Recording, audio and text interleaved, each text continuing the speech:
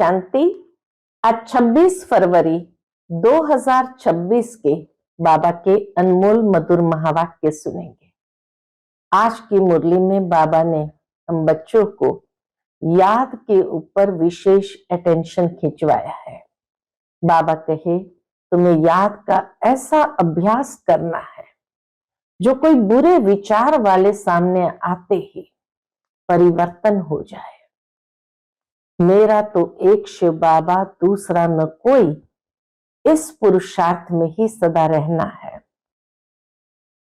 खास बाबा ने इसी बात के ऊपर हमारा ध्यान खिंचवाया कि स्वराज्य पाने के लिए शरीर सहित जो कुछ भी है वह बलिहार जाना है। जब इस रुद्र यज्ञ में सब कुछ स्वाहा करेंगे तब ही राज्य अधिकारी बन सकेंगे।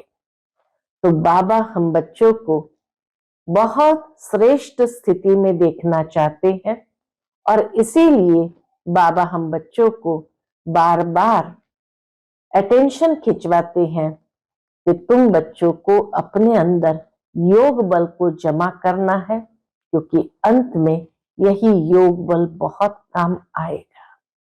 तो सुनते हैं आज के बाबा के अनमोल मधुर महावाक्य। ओम शांति। सुख देने वाला एक बाप को याद करो।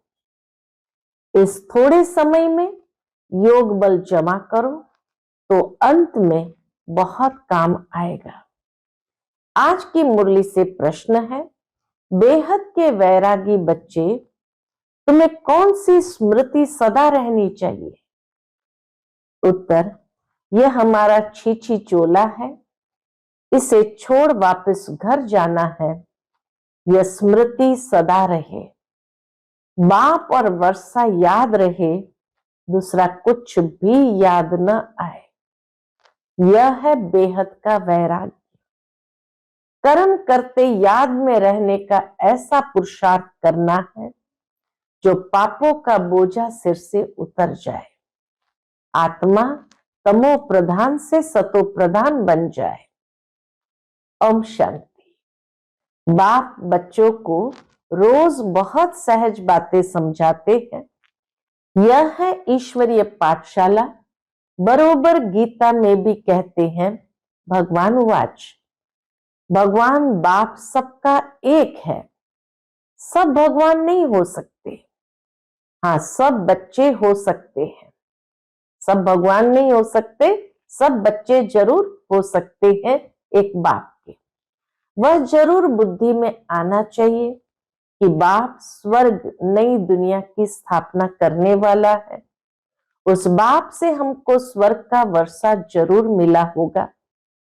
भारत में ही शिव जयंती गाई जाती है, परंतु शिव जयंती कैसे होती है ये तो बाप ही आकर समझाते हैं। बाप आते हैं कल्प के संगम युग पर, बच्चों को फिर से पतित से पावन बनाने अर्थात वर्षा देने। इस समय सबको रावण का श्राप है। इस समय सबको रावण का श्राप है, इसीलिए सब दुखी है। अभी कलयुगी पुरानी दुनिया है। ये हमेशा याद रखो कि हम ब्रह्मा मुख वंशावली ब्राह्मण हैं। जो भी अपने को ब्रह्मा कुमार कुमारी समझते हैं उनको जरूर ये समझना चाहिए कि कल्प कल्प दादे से ब्रह्मा द्वारा वर्षा लेते हैं। इतने ढेर बच्चे हैं और कोई को हो नहीं सकते। इतने ढेर बच्चे और कोई को हो नहीं सकते। वह है सबका बाप। ब्रह्मा भी बच्चा है। सब बच्चों को वर्षा दादे से मिलता है। उनका वर्षा है सतयुग की राजधानी। यह बेहद का बाप जब स्वर्ग का रचयिता है तो जरूर हमको स्वर्ग की राजाई होनी चाहिए, परंतु ये भूल गए हैं। हमको स्वर्ग की बादशाही थी, परंतु निराकार बाप कैसे देंगे? स्वर्ग की बादशाही हमें कैसे देंगे? जरूर ब्रह्मा द्वारा देंगे। भारत में इनका राज्य था, इनका लक्ष्मी नारायण का। अभी कल्प का संगम है। संगम पर ब्रह्मा है, तब तो बीके कहलाते हैं। अंधश्रद्धा की कोई बात हो नहीं सकती। एडॉप्शन है। हम ब्रह्मा कुमार कुमारियां हैं। ब्रह्मा शिव बाबा का बच्चा है। हमको शिव बाबा से फिर से स्वर्ग की बादशाही मिल रही है। पहले भी मिली थी, जिसको 5000 वर्ष हुए। हम देवी देवता धर्म के थे। पिछाड़ी तक वृद्धि होती रहती है। जैसे क्राइस्ट आया, क्रिश्चियन धर्म अभी तक है, वृद्धि होती रहती है।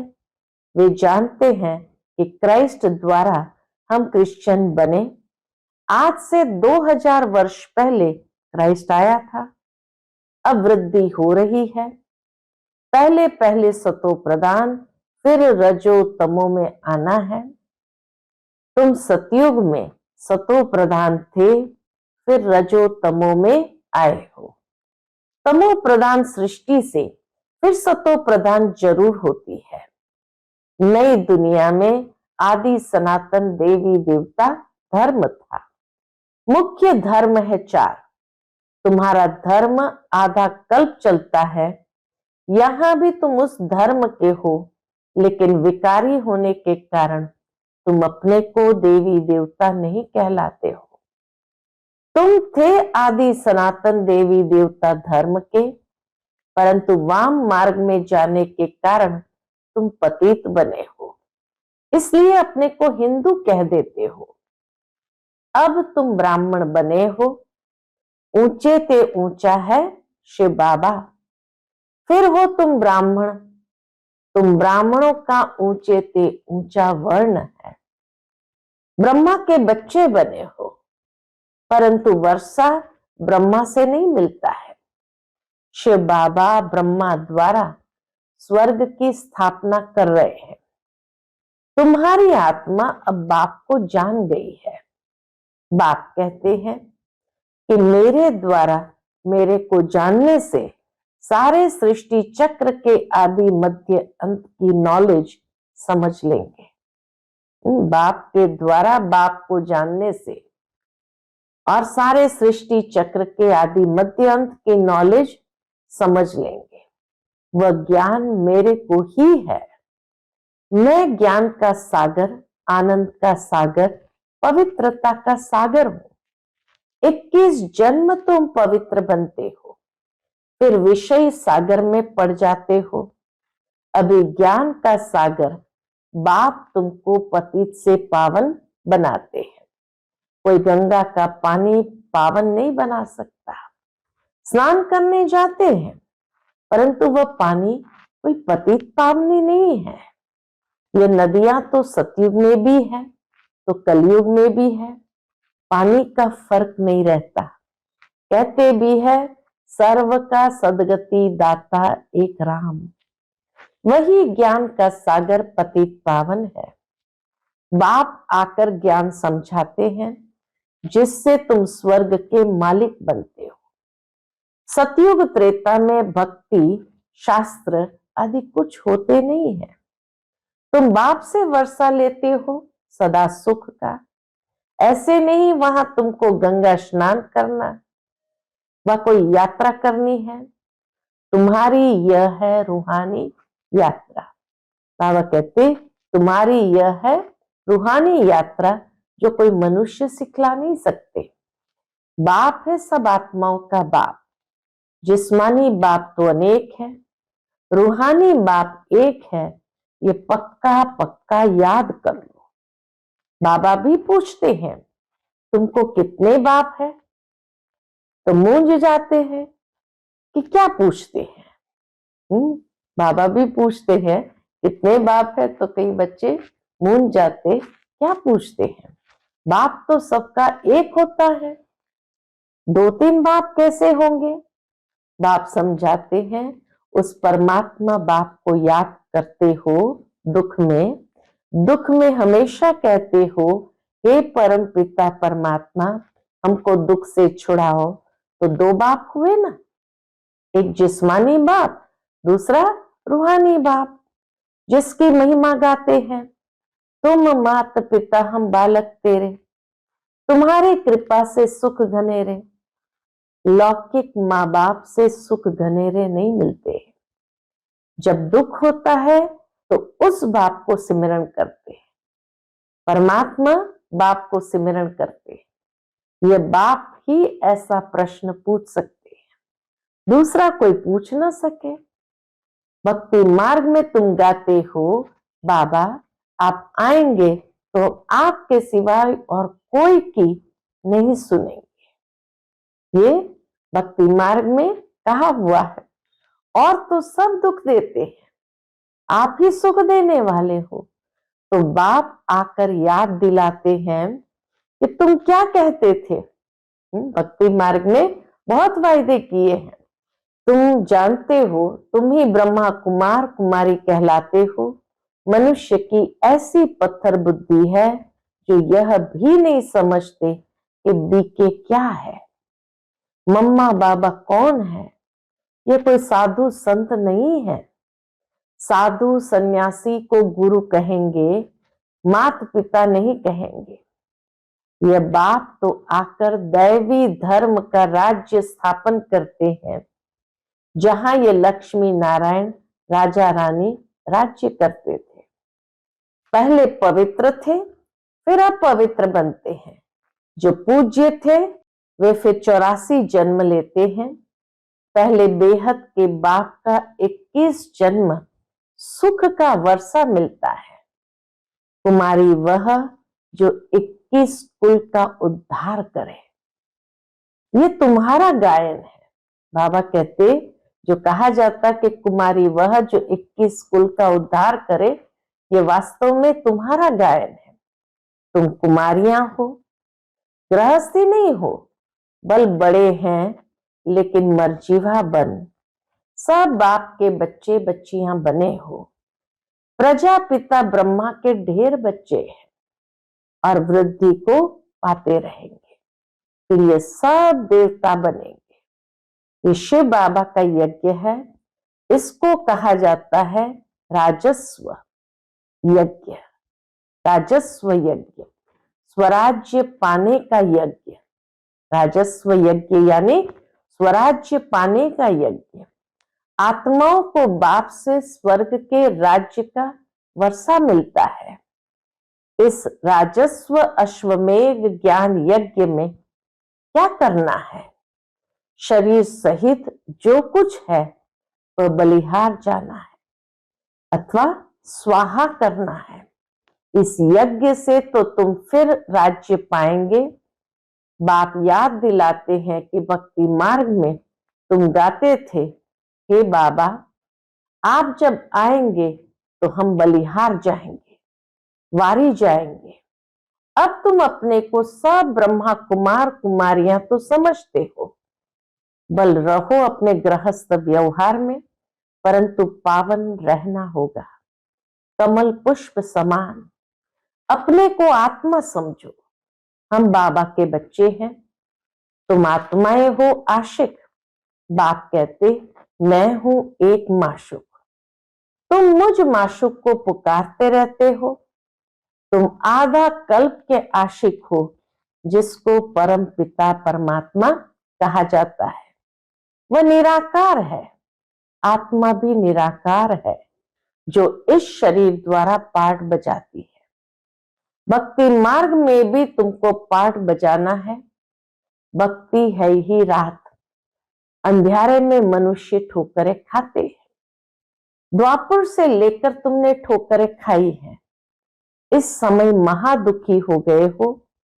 अब पुरानी दुनिया का अंत है। ये पैसा आदि सब मिट्टी में मिल जाना है। बल कोई करोड़पति है, राजा है, बच्चे पैदा होंगे तो समझेगा ये धन हमारे बच्चों के लिए है, हमारे पुत्र पौत्र खाएंगे। बाप कहते कुछ भी खाएंगे नहीं। समय ऐसा आ रहा है जो कुछ भी खाएंगे नहीं। ये दुनिया ही खत्म होने वाली है, बाकी थोड़ा समय है। विघ्न बहुत पड़ेंगे, आपस में लड़ेंगे, पिछाड़ी में ऐसे लड़ेंगे जो खून की नदियां बहेगी। तुम्हारी तो कोई से लड़ाई नहीं है। तुम योग बल में रहते हो, तुम याद में रहेंगे तो कोई भी तुम्हारे सामने बुरे विचार से आएंगे तो उनको भयंकर साक्षात्कार हो जाएगा।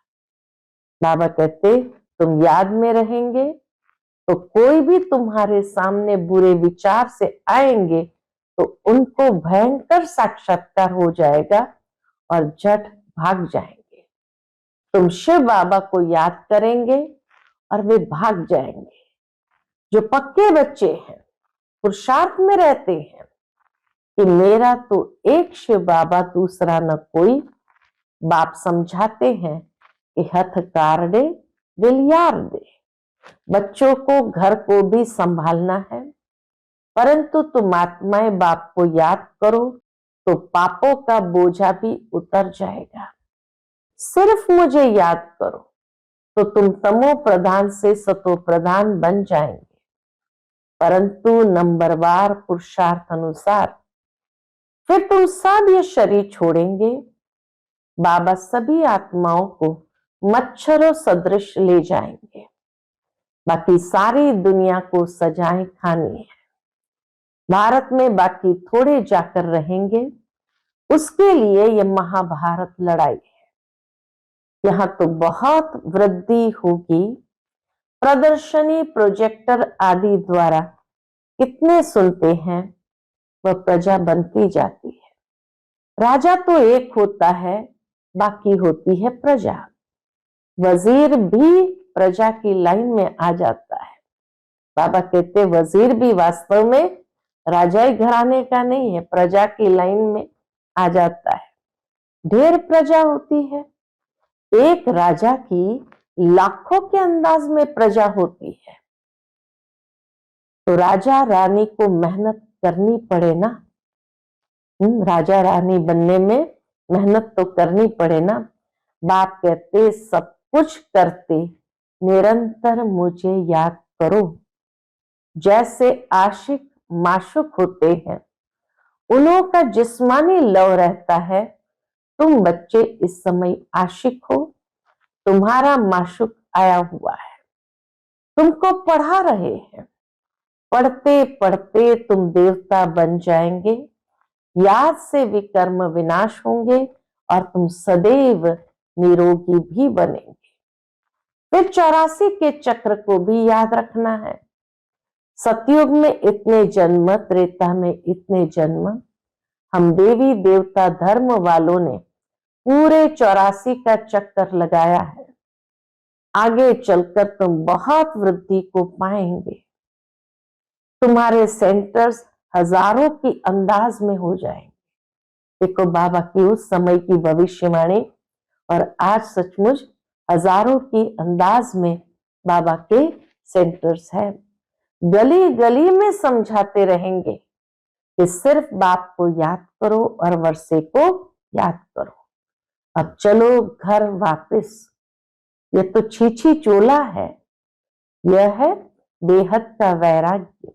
सन्यासी तो सिर्फ हद का घर बार छोड़ देते हैं, वह है हठ योगी।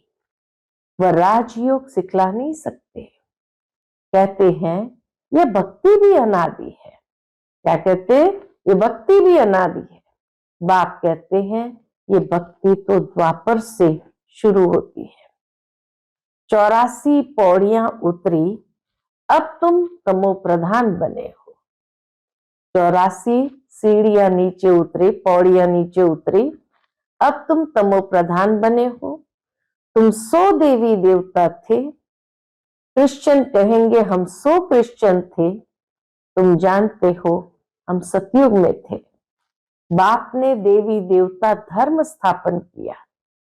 यह जो लक्ष्मी नारायण थे वह अब ब्राह्मण बने हैं। सतयुग में एक राजा रानी थे, एक भाषा थी। यह भी बच्चों ने साक्षात्कार किया है। तुम हो सब आदि सनातन धर्म के, तुम ही 84 जन्म लेते हो। वह जो कहते हैं आत्मा निर्लेप है, वह ईश्वर सर्वव्यापी है, ये रॉन्ग है। बाबा राइट और रॉन्ग का भी अच्छी तरह से समझ देते हैं। सब में आत्मा है, फिर कैसे कहते हो हमारे में परमात्मा है? फिर तो सब फादर्स हो गए, कितने तमो प्रधान बन गए हैं। आगे जो सुनते थे वो मान लेते थे।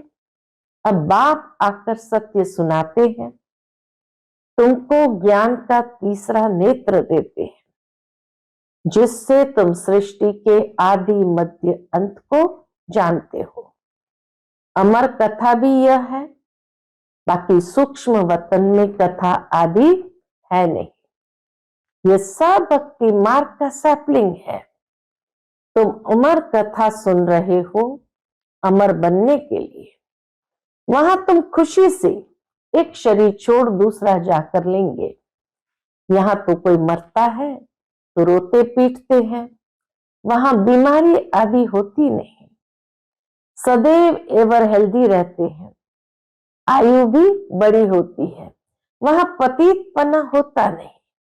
अब ये पक्का कर लेना है कि हमने 84 का चक्र पूरा किया है, अब बाबा हमको लेने आए हैं।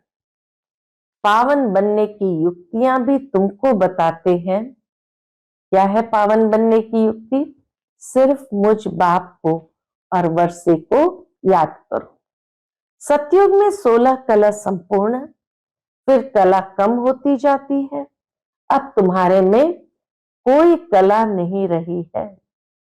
बाप ही दुख से छुड़ाकर सुख में ले जाते हैं, इसलिए लिबरेटर कहा जाता है। सबको अपने साथ ले जाते हैं। तुम्हारे गुरु तुमको साथ थोड़ी ले जाते हैं। वो गुरु चला जाता है तो चेला गद्दी पर बैठता है, फिर चेलों में बहुत गड़बड़ हो जाती है, आपस में गद्दी के लिए लड़ पड़ते हैं। बाप कहते मैं तुम आत्माओं को साथ ले जाऊंगा। तुम संपूर्ण नहीं बनेंगे तो सजाएं खाएंगे और पद भ्रष्ट होगा।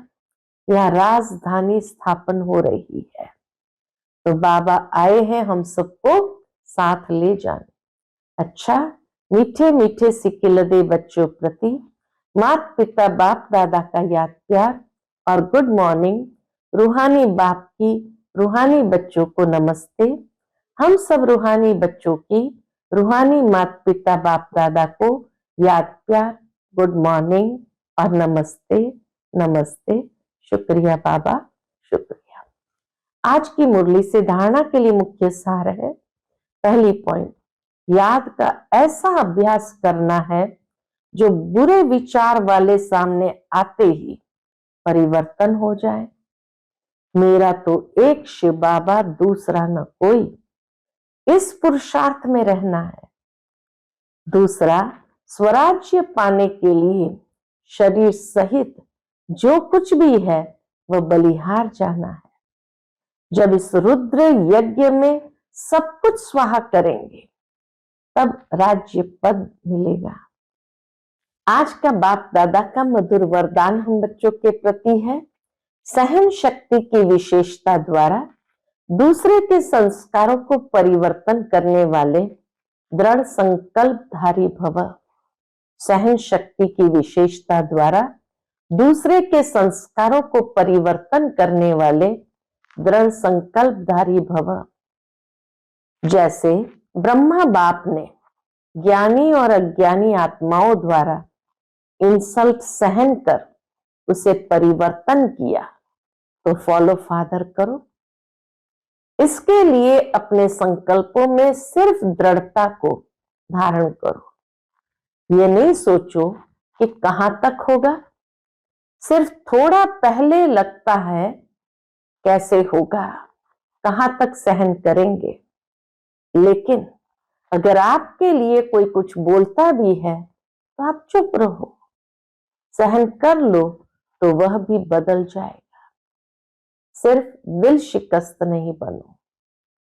आज का स्लोगन है, संगम पर सहन कर लेना, झुक जाना, यही सबसे बड़ी महानता है। संगम पर सहन कर लेना, झुक जाना, यही सबसे बड़ी महानता है। आज का व्यक्त इशारा है, एकता और विश्वास की विशेषता द्वारा सफलता संपन्न बनो। उसके अंतर्गत बाबा कहते, बाप दादा चाहते हैं कि बच्चों की पहले साथियों में, सेवा में, वायुमंडल में एकता हो, फिर एक बल, एक भरोसा, एक मत हो, तब सेवा में सफलता मिलेगी।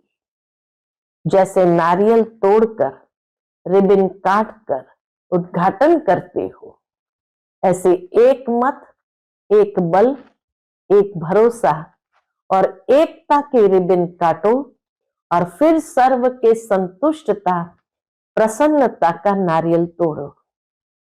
ये पानी धरनी में डालो, फिर देखो सफलता कितनी होती है। अच्छा, ओम शांति।